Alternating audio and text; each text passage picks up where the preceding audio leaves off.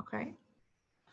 Right. Well, good morning. And we want to thank Secretary of State Michael Adams for meeting with us this morning and kind of discussing how if the primary election is being impacted by COVID-19. I know today's a big day that we were talking about. I went ahead and sent out his bio for everybody if you want to review that. And then I'm going to go ahead and turn it over to you and let you kind of explain to everyone what the primary election is going to look like, what's it going to entail, and things like that. Well, thank you for this opportunity. Let me start with this. The most important thing for people to know right now at 10 a.m. on June 15th is you've only got about 14 more hours, not even 14 hours, to go to govoteky.com and request your absentee ballot. Separately, if you wish, you can go to your county clerk, but it's much more efficient, much more convenient for you and for your clerk. You go to govoteky.com. That's the online portal for you to request an absentee ballot. You have to demonstrate your identity by providing certain personal information to match what we have on the voter file here in Frankfurt.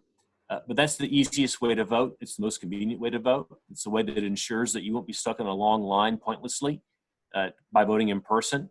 We ask all voters who are able to vote absentee to do so to help us address the long lines that we might otherwise have because we've had to reduce the number of polling locations. I'll speak more to that in a minute. There are 4 ways to vote in this election. The best way to vote is absentee. Again, any voter can go to govoteky.com and request an absentee ballot. We don't just mail out ballots to the phone book. You have to request them, and we have to verify your identity. It takes about 2 minutes. The governor's done it. My wife has done it. I've done it. It takes 2 minutes. We could not have made it any more simple than we have. Go to govoteky.com. You'll get a ballot in the mail. Again, this is a primary election, so you'll either get a Democratic or a Republican ballot, depending on how you're registered to vote. And then you have 4 options. You can mail that back in. We're paying for the postage. A second option is if you choose not to mail it, you can hand deliver it. We provided a drop box to every county free of charge for voters to hand deliver their absentee ballots. This gives them the convenience of being able to vote safely at home and not having to show up on election day and expose themselves or others to COVID-19. It allows them to vote conveniently and safely at home, and then also have the security of knowing that their ballot was delivered because they dropped it in the bin personally. Whether you hand deliver your ballot or you mail your ballot, either way you can track it. At govoteky.com, if that's where you requested your ballot, you can punch in the same information you punched in to get your ballot, and then you can track your ballot the way you track a UPS package. I applied for mine this past Wednesday. And so I haven't checked it this morning, but last I checked it, it showed that my request was received, was made by me and then received by the clerk. And so I'm going to check later today and see if it's been mailed out yet. And you can also check that the clerk's got the ballot back. It's just like a UPS or a FedEx package. It's pretty amazing. So the best way to vote is absentee. One method is by mailing it back. One method is by hand delivering it back. There are 2 other ways to vote. Third way to vote is to vote in person before election day. If you're not going to vote absentee, then we recommend that you vote early before election day because, again, we're trying to smooth out the lines at the polling sites on election day. We do ask that if possible, you make an appointment with your county clerk. The reason we do this is most counties are using their clerk's offices for early voting, and these locations are not designed for crowds. They're not designed for social distancing. So we do ask people to make an appointment. It's going to be more convenient for you to get you in and out with an appointment. Also more convenient for the clerk and for other voters.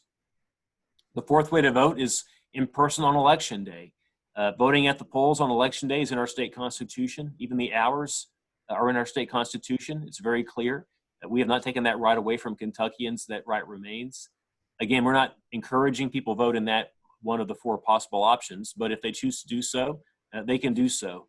The sites that counties have for election day tend to be larger sites, more amenable to crowds, fairgrounds and sports venues, stadiums, and so forth. But again, we got to have people 6 feet apart. We've got to have social distancing, and so the lines are going to be very long. Even if the sites are not overwhelmed by voters, it's going to be a long day. It's going to be a long line. So we do encourage voters to find one of the other options to vote. Let me just speak really fast, if I could, before you take questions for me. I want to persuade all Kentuckians that absentee balloting is not something new, something risky. It's something actually that we've had in our state constitution as well for many years. There's a right to vote at the polls, but there's also a right to vote absentee. It's been in our state constitution since 1945. In that time period, our clerks have become accustomed to processing absentee ballots. There are security mechanisms in place. We actually enhanced those in this election beyond what we already had. I've been voting absentee by mail since I was an 18-year-old in 1994. Never had a problem with it. My ballot's always been received and processed, and my voice has been heard. It's a process that we've got in place. It works well. We've got security measures as part of that. Again, we verify identity before we provide a ballot to be mailed out to someone. We have barcodes on the outgoing envelope and the incoming envelope so that we can, again, track these ballots and make sure that they're being issued correctly and received back, that we don't have missing ballots or ballots that come out of nowhere. That's not possible in this election. Everything is being tracked. We don't track the ballots themselves. We don't tie any voter's identity to their ballot itself, but every ballot has to be in an envelope to be counted, and those envelopes are tracked. And then finally, I want to add this as well. Every voter who votes absentee, whether they deliver it or they mail it, has to sign both an inner and an outer envelope. That's state law. That's not from me. But the reason for that is we match signatures. We match those two signatures with the voter's driver's license signature or with the signature on the voter's registration card, voter registration card. That enables us to verify that it's actually the voter voting, that it's not someone else voting fraudulently. That protects the voter's vote.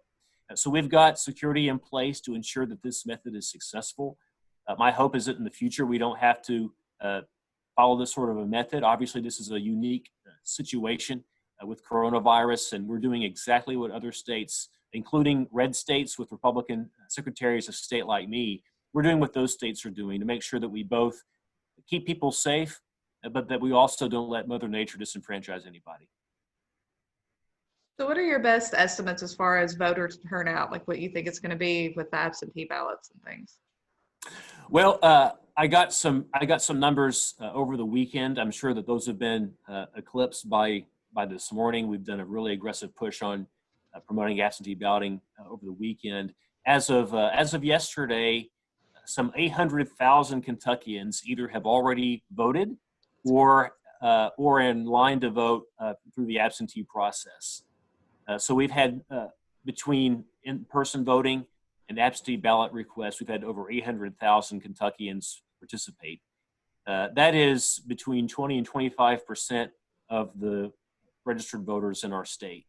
To put this into perspective, even if not a single voter voted on election day, even if not a single voter voted on election day, we would already have higher turnout in this election through early voting and absentee voting than we had last year, than we had in 2016, than we had in 2012, the last two presidential cycles. I was on the ballot last year. I ran in the primary for Secretary of State. We had primaries for governor, for Secretary of State, and other offices. They were competitive in both the Democratic and Republican primaries. We had 19% turnout. We've already well eclipsed 19% turnout just on the votes that have already been processed and request processed, let alone people showing up to vote on election day. So turnout's going to be very high. I'm not making a projection yet till I get some more final numbers, but we think turnout's going to be over 20%, probably at least 25%. It might be higher, and that's one of the highest we've seen in a primary in modern times. And I will say I applied for the absentee ballot. It's very, very easy to go online. It takes, like you said, about 2 minutes. And it's very, very simple. And I know that some people may be just concerned about fraud. And I know you touched on that a little bit, but as far as mailing back their ballots and them getting there, and I know you said you could drop them off as well. Are there any other precautions that you all are taking I know the tracking, that's new, that's pretty cool. But is there anything else that you want to talk about Yeah, a couple more things. So the Attorney General and I, Daniel Cameron, he and I have formed a task force of federal prosecutors, state police, the Postal Service, the Department of Homeland Security, the FBI, heavy hitters in both federal and state law enforcement. We're all working together on a regular basis to monitor for irregularities. To give you some examples, we're monitoring ballots requested by voters who are on the inactive list, people who are scheduled to be removed from the voter rolls for one of various reasons. One of the issues I inherited when I ran and won this job was cleaning up our voter rolls. So we're watching those people that should be coming off of our voter rolls soon. We're also monitoring addresses that request multiple ballots. You can't just simply request a ballot to an address, but when we have several voters that have the same address that request a ballot, we check that out. So for example, we had an address in Marion County that asked collectively for 41 ballots. We thought that was a little unusual. We checked it out, it was a nursing home. So that made sense. You want a nursing home voting absentee. These nursing homes have been shut to the public, even to the residents' family members. We don't want those folks leaving. We want them voting safely at their nursing home. But that's the kind of things that we're running down between the Attorney General and my staff. Another point I want to make is what we're doing here in Kentucky is much different from what President Trump has criticized. The president has criticized, and I agree, states on the West Coast that simply register voters without their prior consent and then mail them a ballot they didn't ask for. That to me is a recipe for corruption. You're just going to have millions of ballots landing in mailboxes unsolicited. That's a nightmare scenario from my perspective. At least it would be in Kentucky. We can't have that here. We do have a history of vote fraud in some parts of our state. It's not statewide or regional vote fraud that could tip a major election. It's typically done in small county races for city or county office where there's patronage involved. And those are the types of elections that the Attorney General and I are monitoring very closely, because that's where you can you see the schemes to try to take over the election. You see vote buying, those sorts of races. So we're watching those very closely. But again, we have controls in place that you don't see on the West Coast. This is a very secure election, and we've taken steps that you've not seen in many other states. Mayor, do you have any questions? No, Secretary, I'm James Smith. I'm the mayor here in Cynthiana, and I just want to say I think you've done a great job. I voted this weekend on my absentee ballot and dropped it off yesterday. It was a super, super simple process. I don't understand the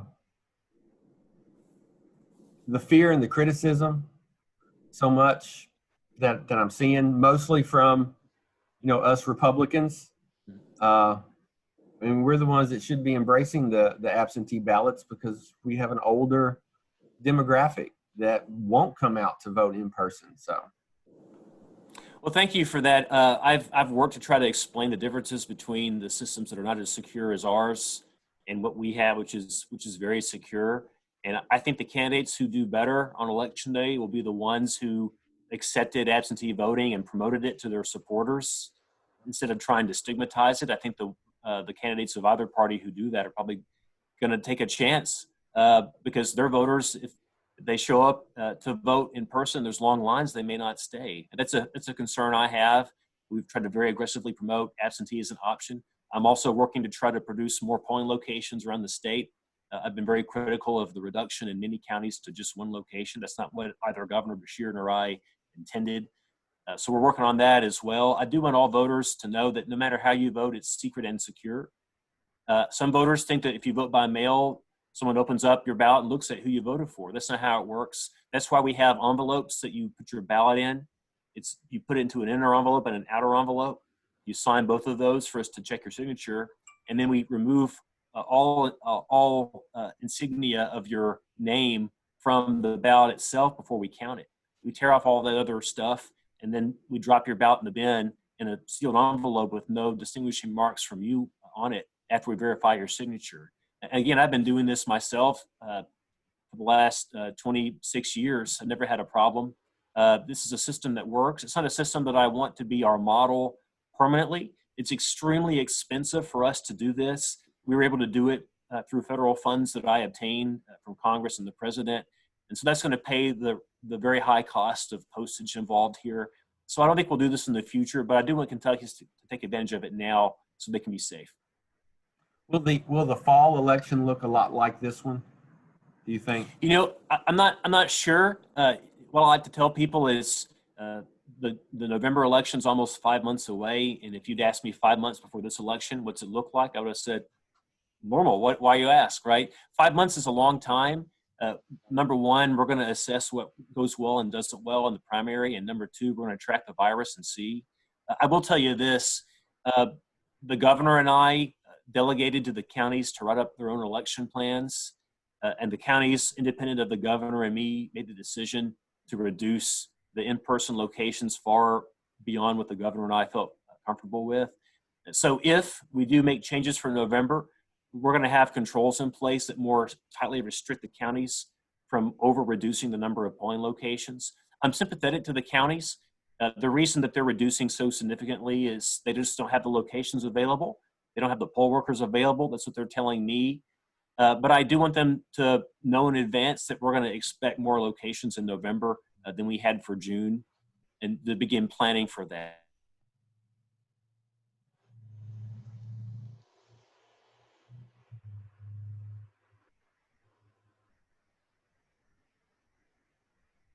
Everybody froze on me. Everybody froze on me. I couldn't see what happened. I know this has been, I've got a question for you. I know this has been a very interesting 5 or so months for you. So what are some of the highlights? I mean, you kind of got thrown into a worldwide pandemic in your first, 5 months or so. So how's it been for you? Yeah, well, I don't, I'm kind of a history buff. I don't think any Secretary of State has ever had a first 6 months like this. It's been uniquely challenging. But it's almost long forgotten at this point, but I had a really successful first few months getting my Photo ID to Vote initiative written and passed. What I ran on primarily was requiring a photo ID to vote in Kentucky elections, and I helped write the bill and got it passed in a bipartisan way. Members of both parties supported it. I went to the governor. He disagreed with it and vetoed it. We got it passed again with bipartisan support over the governor's veto. And actually, I didn't know this, under a unique twist in Kentucky law, I actually signed the bill if it's passed over the governor's veto. So I got to sign my own bill, which was pretty special. And that's what I thought was going to be the most significant thing I did in my term was that. That was, gosh, back in March, April, the world was different. To put this in perspective, on March 9th, I was on KET for an hour taking questions about election law and policy, and I wasn't asked a single question about the coronavirus and how it might impact the election.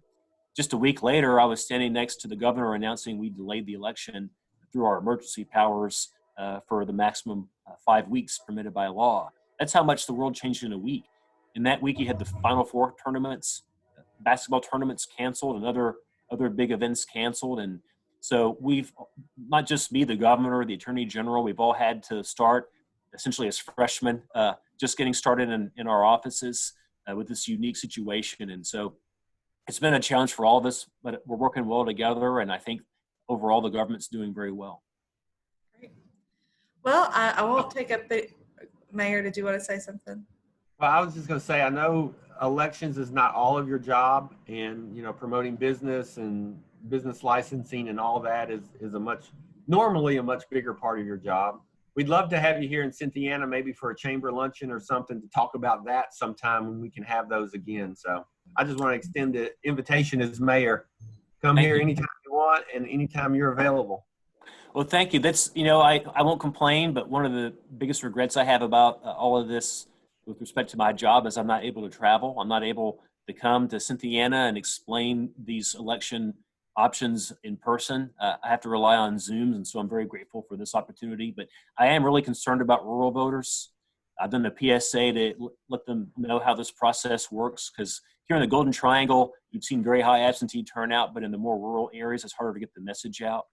But I look forward to coming back as soon as I can. I worked Harrison County really hard in the primary and the general, and I got a lot of friends there. And I want to talk about being not just the chief election official, but also the chief business officer of the state, and what we're doing to make job creators' lives more easy too.